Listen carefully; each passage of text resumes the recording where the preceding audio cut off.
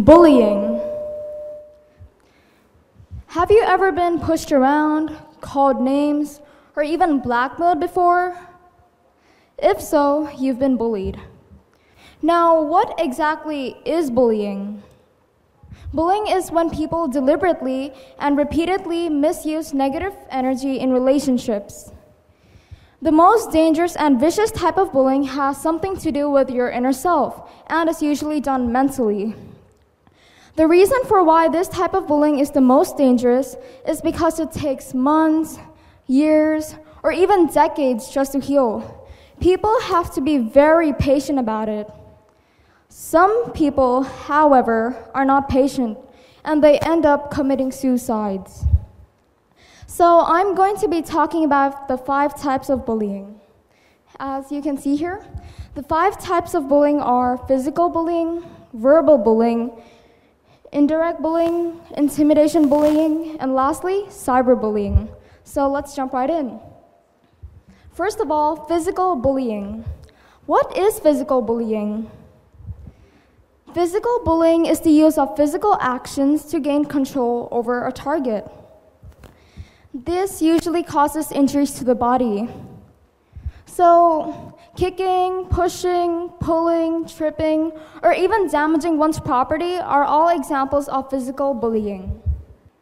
So, according to my case study, there was an Indian American boy in a school in Texas. He was bullied because he was half Indian and half American.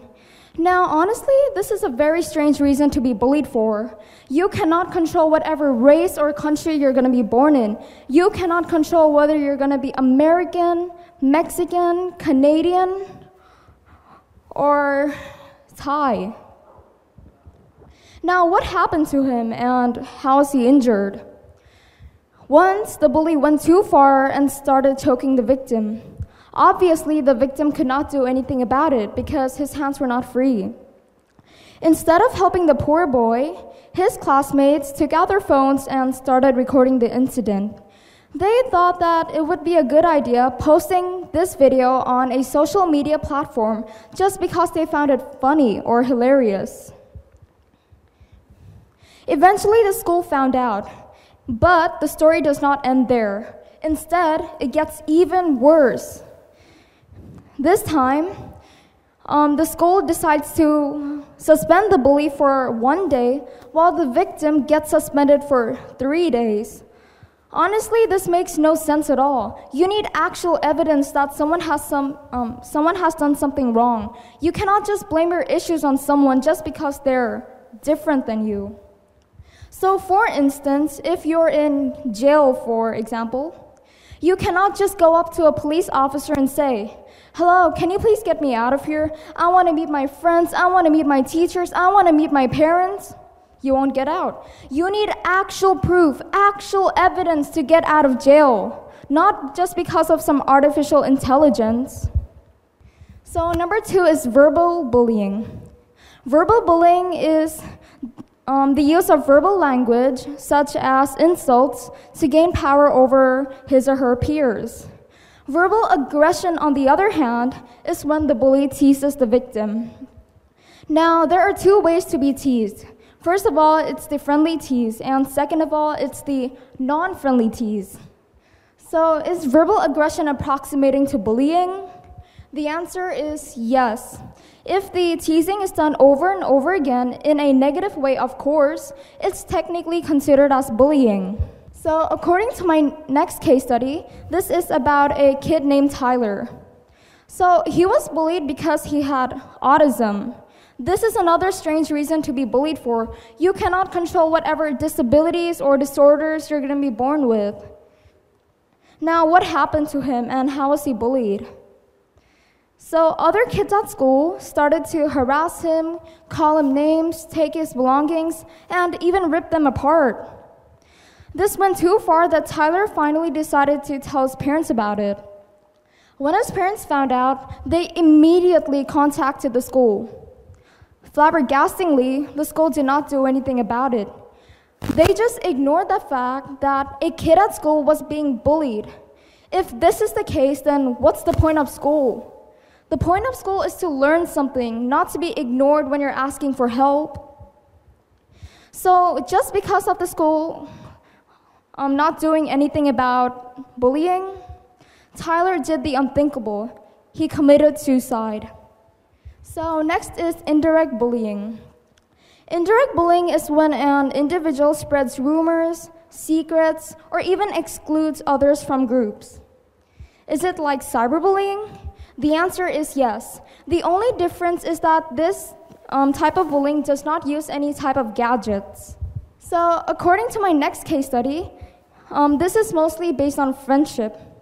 A kid named Hannah was bullied just because the bully was jealous of her.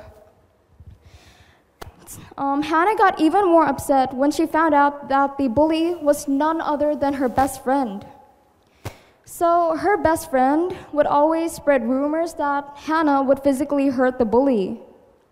This went too far that the other kids at school started avoiding Hannah. And worst of all, the other bullies would blame their issues or whatever problems they've created on Hannah herself. Hannah eventually told her parents about it. And let's just say that his parents had another way of approaching bullying. They enrolled her in another school. But is enrolling kids in another school a way of stopping bullying? The answer is no, in my opinion. This is because bullying is everywhere you go. It can be done at your house, at school, at the supermarket, and even at the mall. You cannot run away from bullying. It's always going to be behind you. So, intimidation bullying. Intimidation bullying occurs when an individual threatens or frightens a victim to do whatever the bully asks for.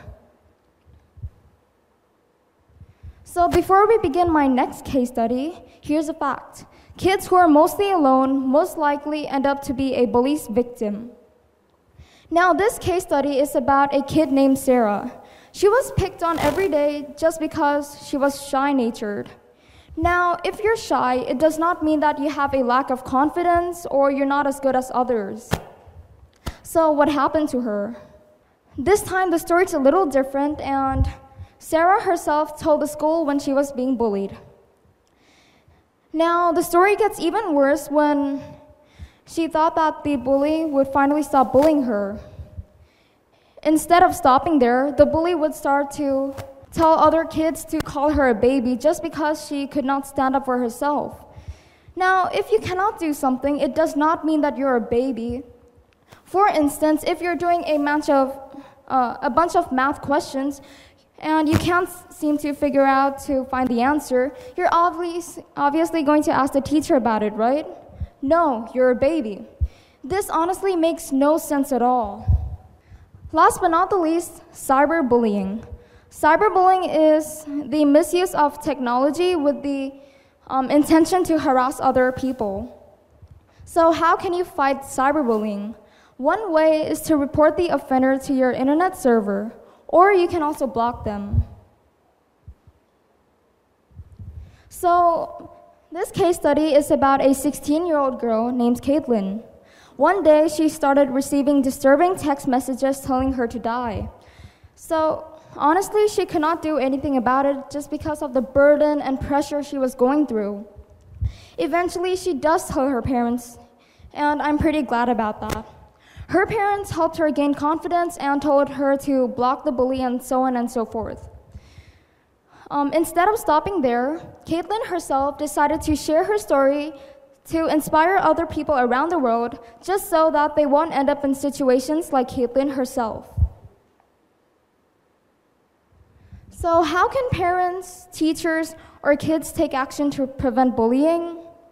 Before I begin, here are 2 tips. First of all, teach your child how to handle being bullied. Tell them what to do, how to do, and when to do when they're being bullied. Next is stop bullying before it starts. Although this might sound like a very weird tip, trust me, it's useful, and you're going to thank me later for this. How can you identify whether your child is being bullied or not? One way is to look for self-esteem issues. This is very common among kids nowadays. If you feel like your kids are flinching all of a sudden or getting mad, do some digging. Maybe they're being bullied. Another way is to observe your child for signs that they might be being bullied. So maybe your child is coming back home with broken textbooks, ripped t-shirts, or even unexplainable injuries. So what do you do when your child is being bullied? First of all, set boundaries with technology. As you probably know, cyberbullying is very common nowadays, and we have to do something about it. Next is make your home bully-free. Tell your children or child to feel free to talk about any issues they're going through. So what do you do when your child is being bullied? So another way is to tell your child to report cyberbullying or bullying immediately. Bullying is still bullying, whether it is a huge issue or a small one. So here are 2 things you should do when you're being bullied. First of all, do not bully back. Bullies might take this as an advantage and get you into trouble instead. So next is avoid being alone. Once again, kids who are mostly alone most likely end up to be a bully's victim. Now, why should we do this and how can this help us? By doing this, you can prevent both long-term and short-term negative outcomes when it comes to bullying. So teachers and school administrators should be knowledgeable and observant. They should also involve students and parents in any type of bullying once again, whether the bullying is a small issue or a big one. Bullying is still bullying. You can also set positive expectations about behavior for students and adults. Now, if you do this, kids at school might start to be the person you're expecting them to be. This can help reduce the number of suicides or such types of things each year. So, to sum it all up, here are 3 things you should remember. First of all, if you stand up for yourself and so on and so forth, you can help reduce the number of suicides committed each year. You would be pretty shocked to find out that thousands of people commit suicide each year just because they're being bullied. You can also help by, so if you also do this, you can also help children to thrive or be better socially and academically without being afraid. If you're afraid or something, you're going to have a hard time keeping up with studies. Lastly, it creates a safe and positive learning environment. If you have a safe and positive learning environment, you would have a great life. You would do well in your studies, have amazing friends, and so on.